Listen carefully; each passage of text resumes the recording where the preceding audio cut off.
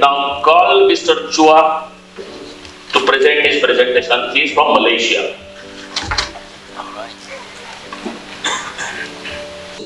I got it. Alright, thank you Mr. Chairman, and a very good morning to everyone, participants, delegates. My name is Avery Chua, and today I'm here to entertain you. I hope I can do that. Well, as you see, I have a long title there, The Emergence of Bamboo Building Material in the 21st Century. So, what I'm trying to do here is to show you what can be done with bamboo. Some of the examples that has already been established and has already been implemented. And when I say I'm trying to entertain you, for sure, this will not be a 3-hour Hindi movie. And I will not be dancing and singing as well. Alright, let's go.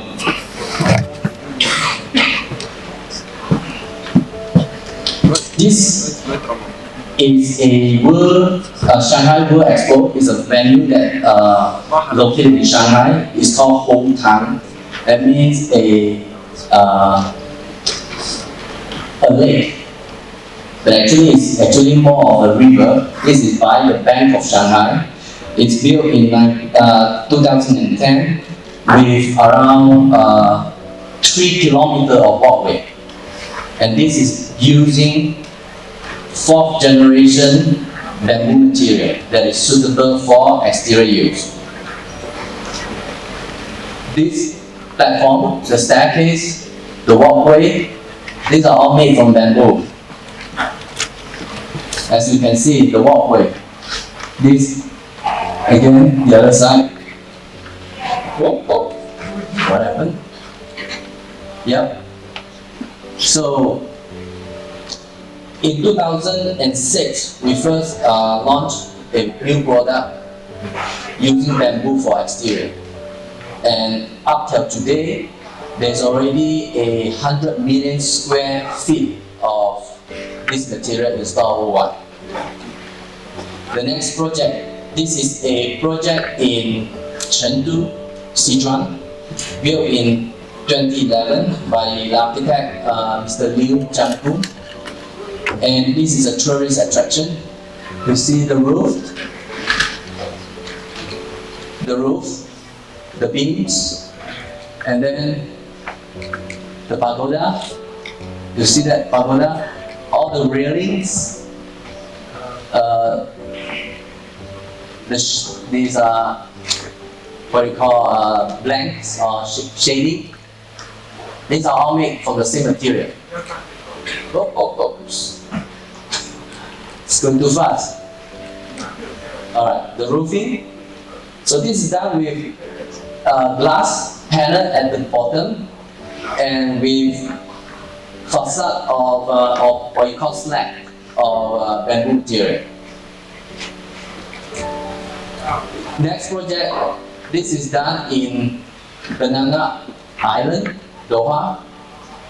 And of course, what I'm showing you here is the material is being used in various different environments. Hot, humid, hot, dry, different climates. And this is done by Mr. Dan Webb in 2012. Roughly, there is about 200,000 square feet of bamboo material being installed in this project. That's the part around the swimming pool. Outside, another view. Different section of the area. Oh, again. It's going too fast. Okay, here from the same hotel chain, they are using the same bamboo material for the different environment. Like this one, this is in Thailand, in Oman, in Vietnam, in Maldives. Come 2014, this is a venue for the Youth Olympic in China. And this is a full sport complex. There's like 300,000 square feet of exterior material installed. Night and day. That's the platform. Each of these walkways or boardwalk is roughly 30 feet wide. That's like 10 meters. That's a different scene. Again, more or less is a 3-kilometer walkway. It uses the same material to make benches, furniture. Alright. And a very interesting thing is part of this walkway actually submerged in water about a few weeks every year, just because water tide goes up and down. And this picture is taken at 4 years after the installation. And now the same wave we are trying to introduce in the US. This is a project done in 2012 by an architect, Julia Martins. This is a project with a row of townhouse, 6 units, where the rooftop is using our material for the siding. And by the way, the tiles you see here, these are eBay. And in comparison, same installation, same time of installation, eBay has already started to show graying out effect, where the bamboo has still quite a neutral color. I don't know what happened here. I press 1, it goes 3 slides. Alright. Maybe because we need to move faster. Okay, next one, Novartis. This is again a pharmaceutical company in from northern Europe with a campus in Shanghai. And the concept of this architecture is that using exterior material, bamboo exterior material as a railing and also as shading. This part, all these parts are installed with a mechanism that it can move throughout the day, so you can adjust it. Like here is straight, over here you can see it's dropping out just like our eyelash. Next, a very recent project. This is the Hong Kong Zhuhai Macau Bridge. The bridge is roughly 55 kilometers long. Well, fortunately or unfortunately, it's not fully installed with bamboo because it's a road. Cars is traveling on top. But between the bridge, there is 2 island built or artificial island built, and then there's a tunnel. And this is the island, and on the island is treated as a tourist attraction, and there's walkway, railings, stalls. Again, those are all made with bamboo. Next, this again also fairly. This was only last year what we did in US. And this material is a 5th generation bamboo material. As you can see now, the color has changed from the dark to a fairly neutral color. And this is our 5th generation material. And this is done on a police station in Nashville. A total of 23,000 square feet, roughly 2,300 square meters. So, all the similarity of all these projects is they are all bamboo, but they are not. You don't see bamboo as its natural form. This is something that I just I've seen now that there's a lot of bamboo lover who uses bamboo as a building material, but probably we are more onto the commercial side where we're using the material as just a material without giving it an undertone of this is bamboo. We're not trying to distance ourselves from bamboo, but neither are we just saying, oh, it has to be bamboo. So key here is bamboo is a building blocks, a building material. Now we move on to the interior. On this interior, this is a project done much earlier in 2005. And well, it's the biggest project in terms of space. there's about 230,000 square meter, not feet. In feet, it will be like 2.3 million square feet, roughly, in Spain. And the unique product, the unique feature of this material is that with bamboo is that it's flexible. It's thin, it's flexible. Different view. And of course, this project won a lot of architecture prizes and awards.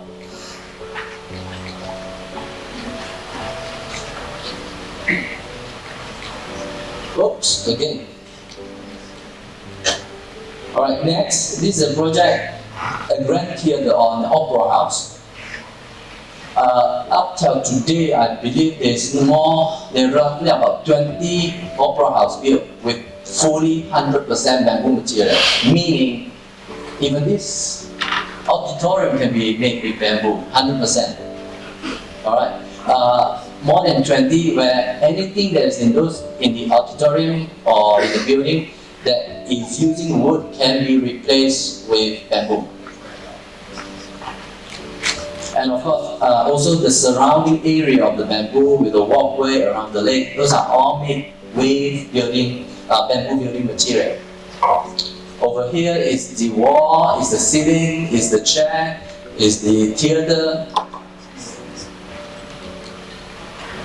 This is the entrance hall. Next, Shandong Grand Theatre, and this is designed by Paul Andrew. Mr. Paul Andrew had just passed away last year, and this is one of the projects he designed. Oh, again, I don't know what happened here. All right. The other way. So I press one and it just skipped.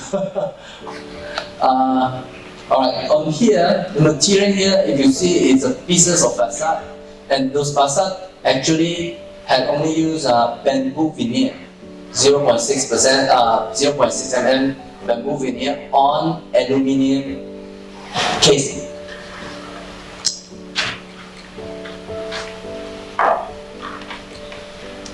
That's another view. That's the theater, the whole seating. Next, in 2009, this is designed by Stephen Ho. This is Vanke's headquarters in Shenzhen. Well, Vanke is the world's biggest property developer. I guess the way I know it is, Vanke is the biggest property developer in China. And if you are the biggest property developer in China with 1.4 million population, it's come naturally that you are the biggest property developer in the world. Again, the whole design and the unit do not use a single piece of wood. The whole furniture, the ceiling, divider, the shading, all that is done with bamboo.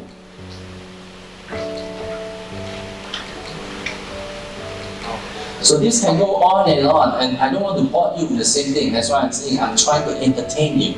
So next we move on to furniture. This one is Microsoft Campus.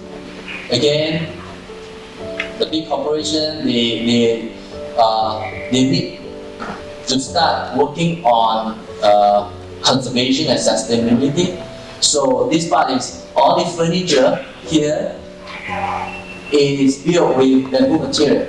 And we need to specifically design for this because usually the countertop, or if you use the easy way is take a piece of particle board, slap up with some bamboo veneer, and you have a platform, you have a tabletop. But because the designer wants 100% bamboo material, so we cannot use particle board. So we start to design a structure using bamboo core. And with a bamboo solid piece, usually the strength is better than particle board, but it's still not good enough in terms of sagging. Meaning, if you put a piece of heavy weight on the table, the next morning when you come back, and when you lift up the weight, you want your dust to bounce back. And with that, we design a structure where we call bamboo honeycomb in that, so the material is light. So frankly, bamboo can be made into different ways to meet different functions. And next, I move on to elements. And in the element category, basically, it's like veneer, it's panels, it's countertops, shelving. These are the material that we make with slicing out from bamboo. That's just part of the machines with presses. And in this BMW, bamboo is used over here on the dashboard.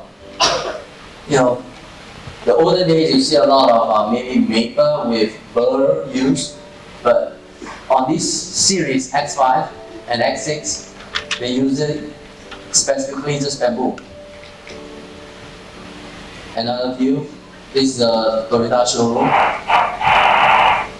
kitchen, cabinet, and the last group of material that we make is what we call innovation. And this is a specific project building 100 sets of wind turbine blades. And this is a brainchild of Professor Dr. Jim Blades. Then now in the Inner Mongolia, turning 100 sets of bamboo wind turbines. That's how we make that wind turbines with the bamboo skeleton, and then we inject on the surface with different resin or plastic. That's when we are testing it. Installation. So why? The question then, why is the importance of getting bamboo material, as a bamboo material? Few of the reasons I show you is one, bamboo is not just a poor man's lumber. It doesn't mean that it has to look cheap. And frankly, bamboo is not cheap because the cheapest wood in the world is pine. The price range about 400, 450 cubic dollar a cubic. Bamboo prices is more or less around 1,500 to 2,000 or 2,500. It's in the range of oak.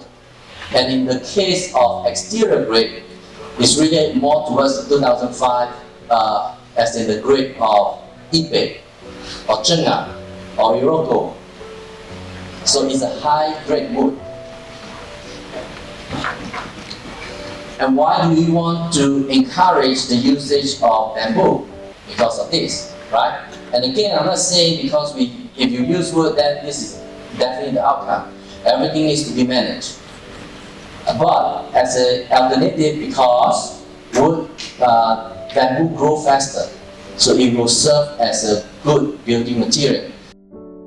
Of bamboo, when bamboo has the outer appearance where you love, or you can also have the inner properties. So which part of the bamboo that you're using? Are you using it for the appearance, which could be like this, right?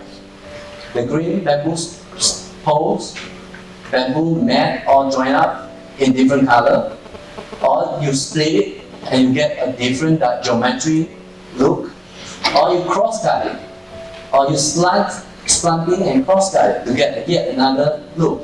So it's really up to your imagination. And in terms of properties, it's the most important element or inner properties for bamboo will be their strength. That is modulus of rupture, modulus of elastic, its density, light. Like 2 days ago, I was looking at the store downstairs and I saw some bamboo material that's really very light. It's something like 400 kilogram per cubic. Whereas most of bamboo that we're working on is something around 650 or 680. And bamboo has a good property as a building material or building block, because if you look from this chart, this is bamboo. There is different species of wood, that's beech, birch. So in comparison, in terms of density and strength, bamboo is actually very high on the scale. And in terms of energy, consumed to produce a kilogram of bamboo is the least. And bamboo I classify here within the group of wood. It's definitely less, very much less than steel, if you look. Aluminium, iron, glass, all of that building material is less. So then the question where I keep getting from these few days in this workshop is, how do we get it? How do we supply it? How do we make this building material? And I say, I believe in China case, it's because of these two guys.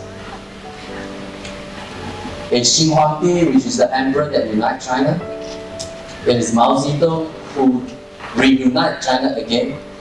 But frankly, they represent what I call standardization and industrialization.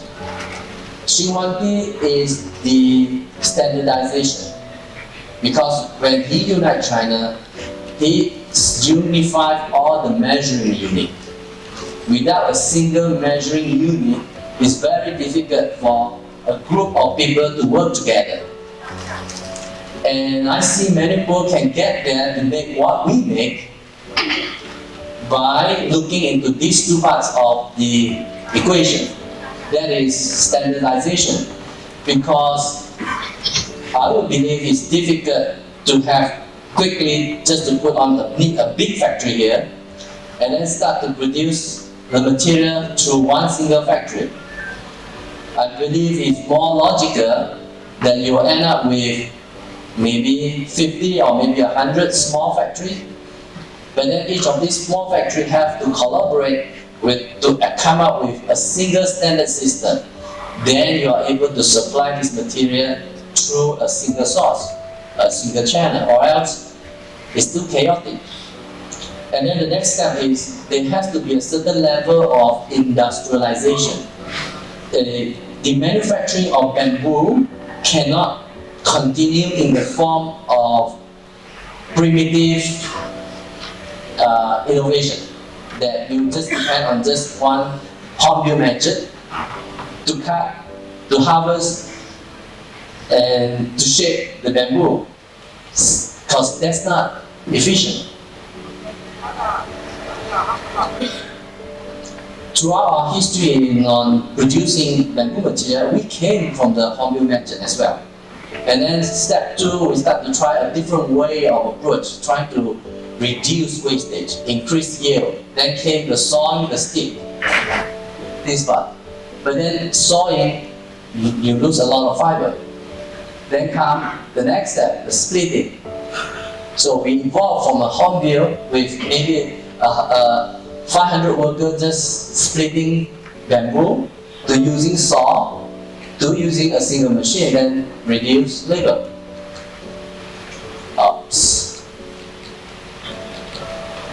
So the first generation of bamboo, this way back in 1992, is just a simple form of making sticks. When you make sticks, then you can arrange the stick to make different material. So stick is the basic form of building material. Over here you have a horizontal look, this is a vertical look, and then next you start to play with colors, neutral color, carbonized color, and then come the next generation again because you need to increase yield. In this second generation improvement is then we take a stick, or even if we don't no longer make it into stick like this, you just split it, you take the skin it, and then you crumble it up and make strength. And this will give you a higher yield.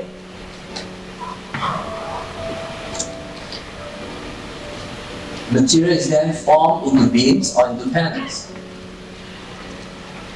Then comes the third generation bamboo, where we no longer make it into stick, but rather we just make a slit, okay? Then flatten bamboo or unfurl the bamboo. And even further, we leave the skin on. So the skin is no longer removed. Why? Skin is the hardest part on the bamboo clump. And as a foreign material, you want it to be hard. So why remove it? So we keep that skin. which contain huge or high level of silica. And the good thing with this kind of structure is you can do a Janka hardness test, and the real fact is bamboo surface will not dent because it bounces back. This is just another view of the material. Close up. Okay, this one is the same material but de-skin. Then we move on to have fourth generation material, which is the material that I show you for all those projects for exterior bamboo. And this technology, what we did is we extract out all the sugar and starch from bamboo.